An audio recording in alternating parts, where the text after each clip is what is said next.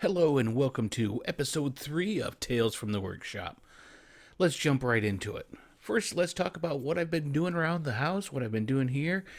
We've been working on Tassir, which is my fantasy RPG, tabletop RPG, geared towards 5th edition right now, but we'll see where it goes in the future because I'm working on some rules and stuff for it as I've talked in the past.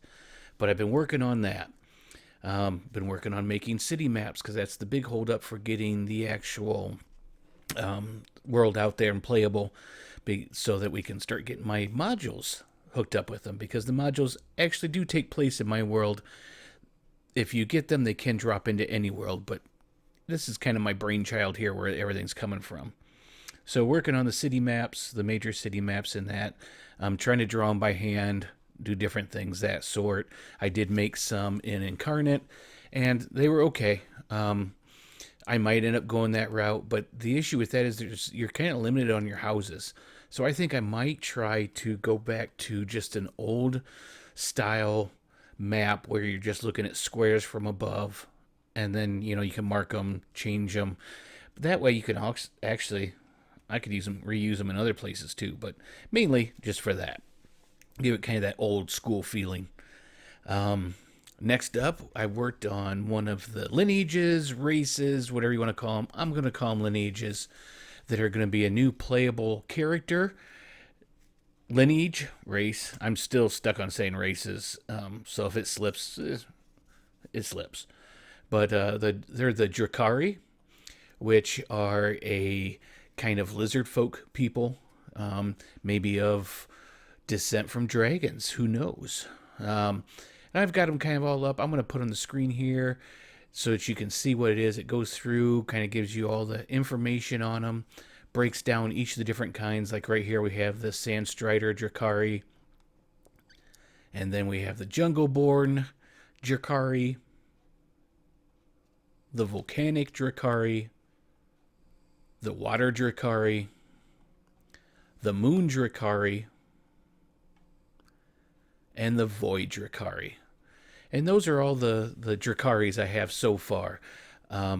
Different playable races, like I said, are lineages. That's what we're working on. Then sub-lineages for the game and make them playable. Because, I'm making this world, I want it to be different. I don't want it to just be a new world with everything in it. I know we've kind of discussed it before. The background of this world is this was the playground and kind of creation area for a god. And the other gods got jealous that he was creating too many new areas in that, and henceforth sometimes new gods spawned, or demigods, however. So all the other gods turned on him, and essentially they didn't kill him. They did remove all of his organs. Let's put it that way. Hopefully, this isn't a trigger warning for anybody, but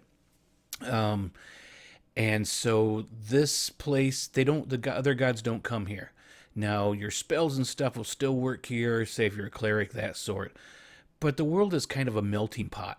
So what it is islands will come and go, continents will come and go. They come out from the mists and appear. Ships, they just come from other dimensions, other worlds. And what it is every time one of those comes in, it's because it's got a part of the defeated god on it. And they'll stay there for a little while, and then they'll go out. And then they may come back in, may go out. So it kind of helps, so then you can bring any lineage, race, whatever it is that you want to bring into the world and play it. But then also, almost all, because there are some that are going to be separate, but almost all of the cities are melting pots. So you're going to have orcs, you're going to have goblins, you're going to have humans, elves, dwarves, gnomes, just, all sorts of different races or lineages, whatever you want to call them, there. So, you can play anything. And there will be evil goblins, evil humans, evil, throughout the world. We are going to have a couple special cities set up for the dwarves, for a new lineage of elves and gnomes. and some more lineages that have not been released yet that are new creations. Because, when this god was on fire, he was on fire and he was making things left and right. So this is just kind of my brainchild. I want to create the world, come out with it, and then I will release a new magic system for it and a conversion chart so you can convert current spells in D&D into this world if you want to play it. But you don't have to use those. Those are optional rules. Almost all my rules are going to be optional. That way you can use them if you want to. If you don't want to, you don't have to. I'm also, if there's interest, thinking that I'm going to come out with a second edition AD&D set for this. It's going to take quite a bit, so I'm going to get the 5e set going, which, will work with 5.5, whatever you want to call the 2024 edition. So we're doing that. And in that, we also have, if you've followed along, you'll know of Altherid, who is he's a mind flayer, but also I made a new lineage for him so that it's not intellectual property of Wizards of the Coast or that. But in some of my modules, he is the antagonist, villain, big bad evil guy, however you want to look at it. And so I've been creating stories for him that will give you kind of like how he got to where he is. So the first story I'd started in my magazine, and it was called The Path of Shadows. The magazine turned out to be too much work for me. I'm not complaining here, but I got no help. I threw out there to try to get more people into it so that we could get other contributors and it wouldn't be as much, and I would still do some of the stuff, but mainly just do the editing, put it together, and send it out. But it was just me, and it got to be too much. So the story actually never ended there. We still had one more installment. So the 4 people who actually read it, or 3 people who actually read the story and read the book, the story's finished. It's been finished. It is available on my Discord for free, just the no frills version of it. We'll do a Kindle and an EPUB there, but big news is it's also going to be available on Amazon. I went ahead and did Kindle publishing, direct publishing, so there will be a Kindle version on there, and there will be a paperback version if you want to buy the paperback version. Now, I will tell you, I think I settled for $2.99 or $1.99 on the Kindle, and I can't tell you what the royalty rates were with that. But for the paperback, and it sucks. It just sucks. I'm sorry, but I had to raise the price to $7.99. I was hoping for like a $4.99, but it's a $7.99, and out of that $7.99, I make $1.70. Now, I did do the expanded distribution, which means other places can put it out for sale, and then Amazon will print it off, send it to them, and they can sell it. And on that one, I will get 90 cents a copy that's sold. And that's an ongoing thing.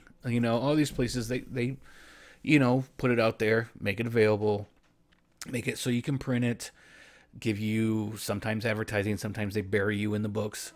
So, but it goes back with Drive-Thru RPG too. They take 50%.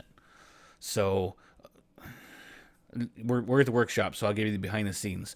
So far, for all of my modules that I've created, which are 5 Orbs of Corruption modules, the Plague of Plethora, I think's that one, and I think that's it that I've published. I've got some other ones in the works.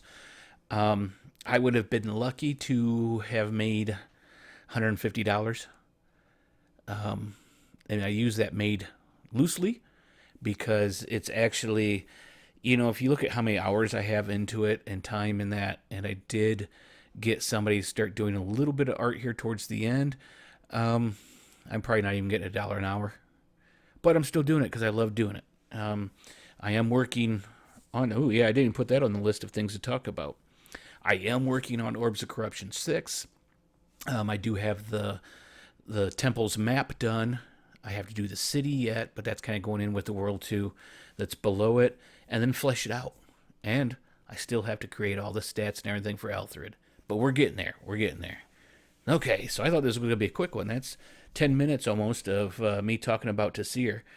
And if you ever noticed, Tasir, which is TISIR, with the TSR capitalized, is a kickback to the old TSR. You know, back when Wizards of the Coast and Hasbro didn't have their fingers into everything. I'm not saying it's a bad thing. They've done a lot for it, but I was playing back when it was old. So, I mean, not first edition. I'm not that old, people, okay? I would play back on second editions when I started, back in the late 80s, early 90s. Okay, I think that wraps up everything I'm doing on Tasir. Like I said, go to my Discord. I will put links to my Discord in there in the description or whatever is below this. And I'll also, if it goes live, I will put links to the Amazon Kindle book and paperback version. And I will get the paperback version. And, I will put it up.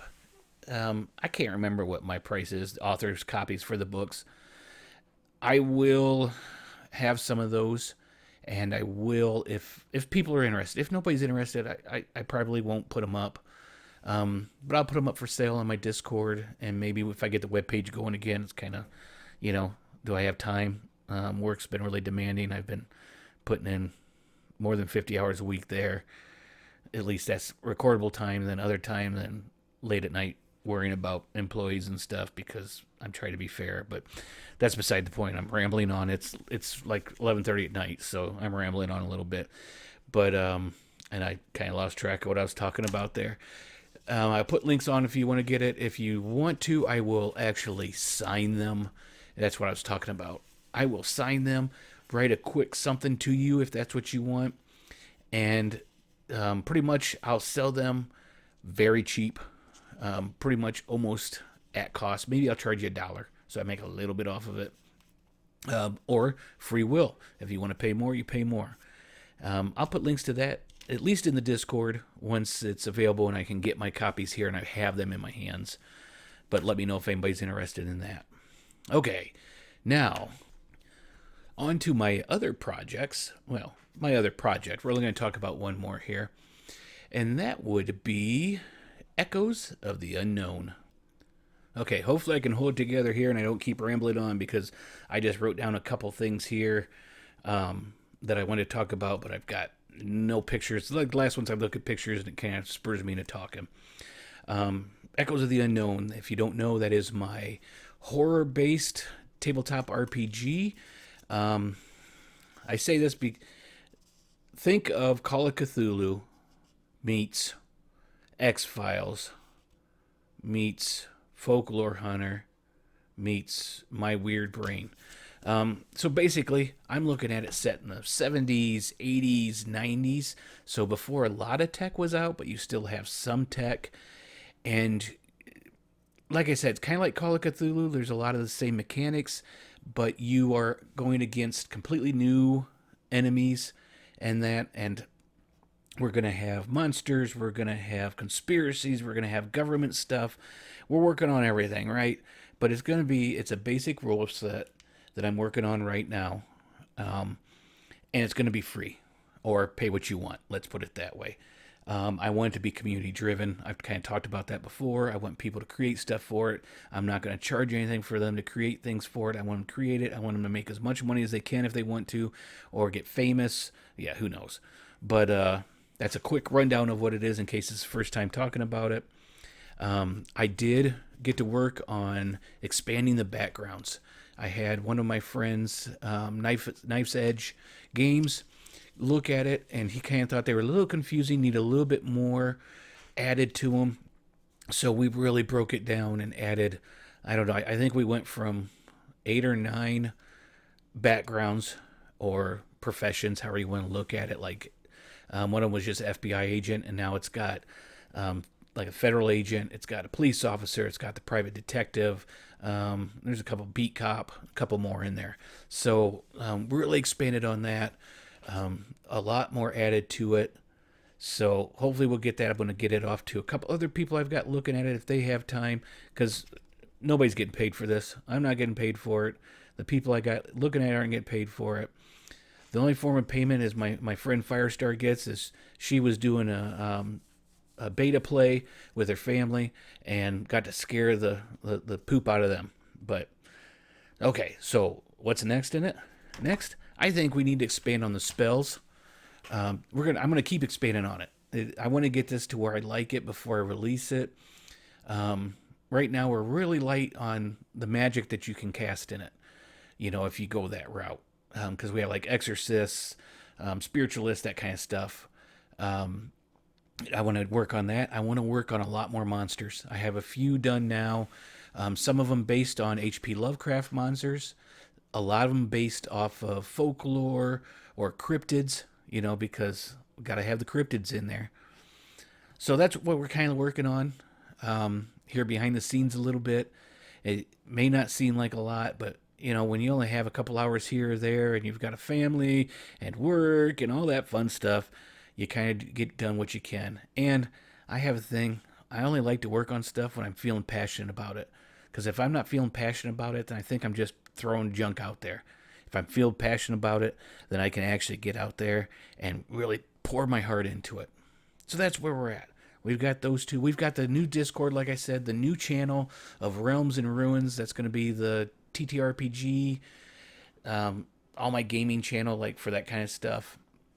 We're going to do some live streams on that, hopefully coming up, where we do some world building. I'm kicking the idea around. Right now I have one Patreon. Thank you, Firestar. You're awesome.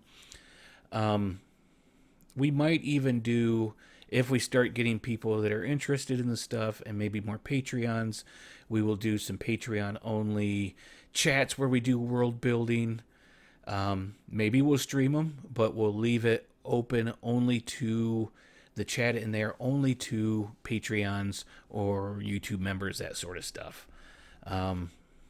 Just kind of looking at this to get out there, get ideas, get community going, that kind. So, all right, that's what's been happening. Hope to see you the next time I release some stuff. Hope to see if I do a couple live streams. All right, thanks for stopping by, and hope to see you next time.